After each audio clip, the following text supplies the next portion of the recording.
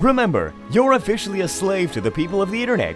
They demand their free content and you're going to give it to them exactly when they want it. I'll be taking my video now. What? I said I'm ready for my video. Oh, but it's not ready yet. Look, buddy, me and my friends are bored. We've waited an entire day, and what you're telling me is you're not gonna entertain us today? I mean, it takes some time. I don't care! Do it faster!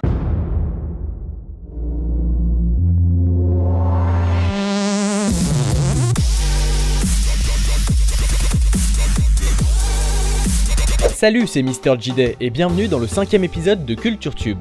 Aujourd'hui, on va parler des fréquences de sortie de vidéos sur YouTube, mais aussi de l'influence qu'elles peuvent avoir sur le public. Et pour évoquer ces sujets, nous serons accompagnés d'Alain Sarol, leader du mouvement La Dissidence du Tube, de Jean-Michel Ipsos, l'homme qui fait parler les chiffres, et de Gabriel Ragix, défenseur des droits des viewers. Il y a des vidéastes qui sortent plus de 2 vidéos par semaine, comme par exemple Squeezie, d'autres qui sortent 1 à 2 vidéos par mois, des chaînes comme Norman, et ceux qui en sortent moins, dont le fameux Antoine Daniel. La fréquence des vidéos, c'est quelque chose qui va avoir beaucoup d'impact sur le nombre de vues, sur la réaction des gens, sur le nombre d'abonnés ou sur la rémunération.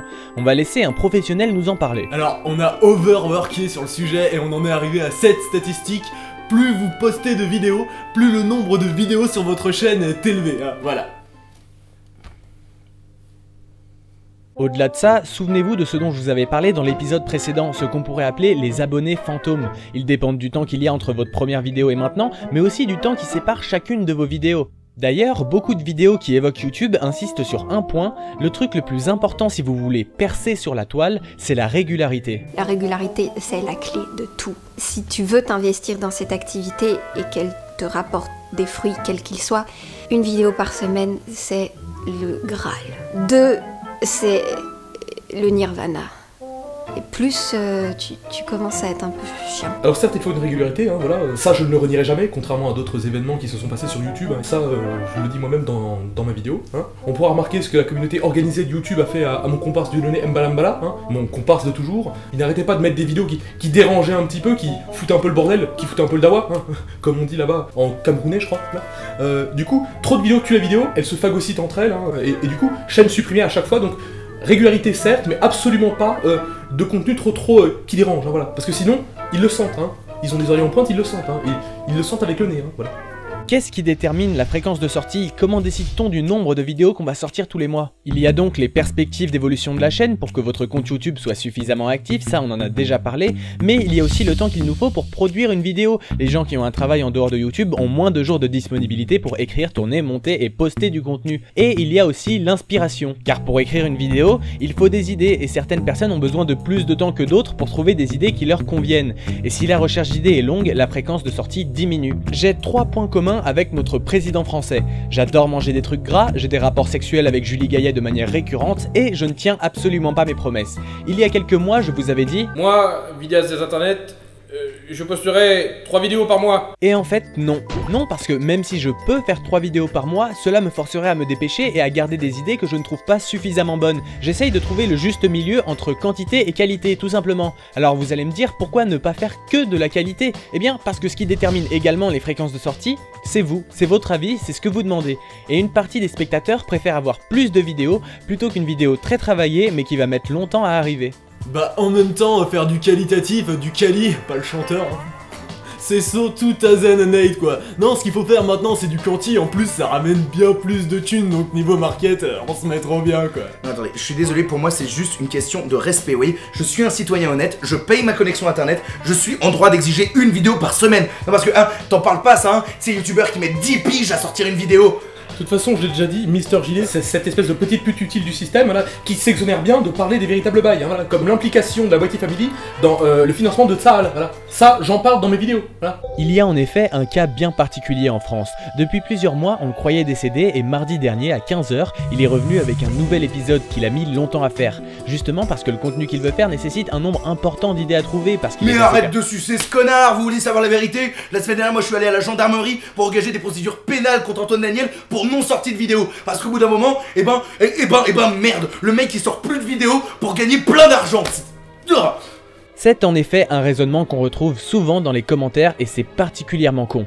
Apparemment, des gens pensent qu'Antoine Daniel ne fait plus beaucoup de vidéos parce qu'il gagne plein de thunes et que du coup il s'en fout.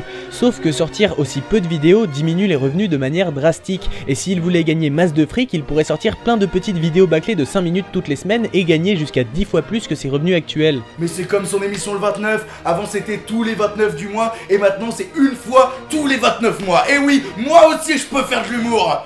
Alors, on a les chiffres, hein, les ratings qui viennent d'arriver sur le Workplace concernant la dernière blague de Gabriel Ragix sur le 29 avec Antoine Daniel. Alors, je les découvre en même temps que vous, hein. Il y a donc parmi le public 0,34% qui a rigolé à cette blague, 1,27% qui a soufflé du nez, 2,63% ont esquissé un sourire, 41,7% n'ont pas compris que c'était une blague, et 65,46% ont quitté la vidéo. Voilà, je suis désolé mon petit Gabriel, c'est les chiffres qui parlent, moi j'y suis pour rien, hein.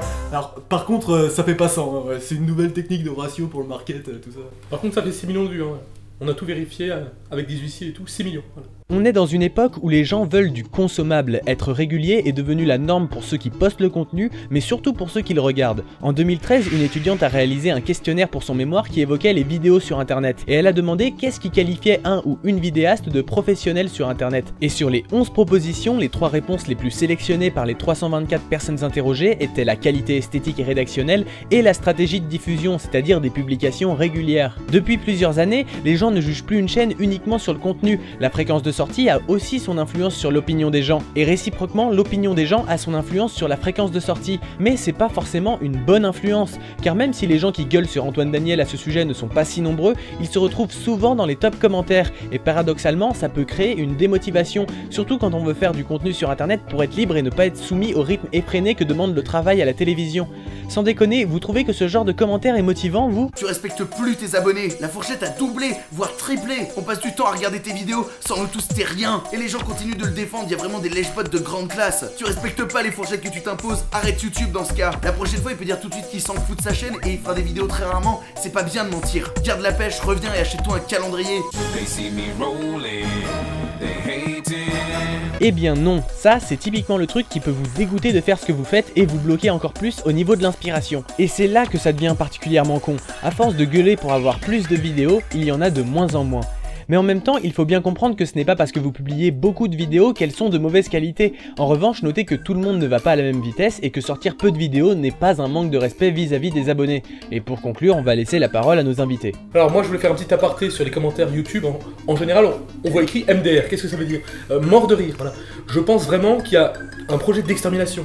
Les gens qui regardent la vidéo sont morts de rire. Ils sont morts, ils sont décédés, voilà. Donc du coup, je pense que le décès est réel parce qu'après, ils ne commentent plus, hein. C'est vérifiable, ils ne recommandent plus après, hein. Ça, non, et puis il faut arrêter avec ces histoires de passion, sans déconner, la passion. Qu'est-ce que ça apporte comme plus-value financière, hein, je vous le demande. Parce que ça sert à quoi la passion quand on veut se retrouver dans le 440 des youtubeurs, le top 100 Social Blade? Ça ne sert absolument à rien, donc faut travailler plus pour gagner plus, comme dirait un ami à moi qu'on verra sûrement en 2017. Et pour le coup, il y en a qui le font déjà, comme Antoine Daniel, qui ne pense qu'à l'argent tout le temps. Il passe son temps là à ne pas faire de vidéos et à dépenser l'argent qu'il nous a volé. Parce que je suis désolé, c'est pas une passion que de chercher des vidéos de chiens qui pètent. C'est même pas un vrai métier. Trouve un métier, connard! Oui, comme laitier ou postier ou facteur, hein. Ça c'est les véritables métiers.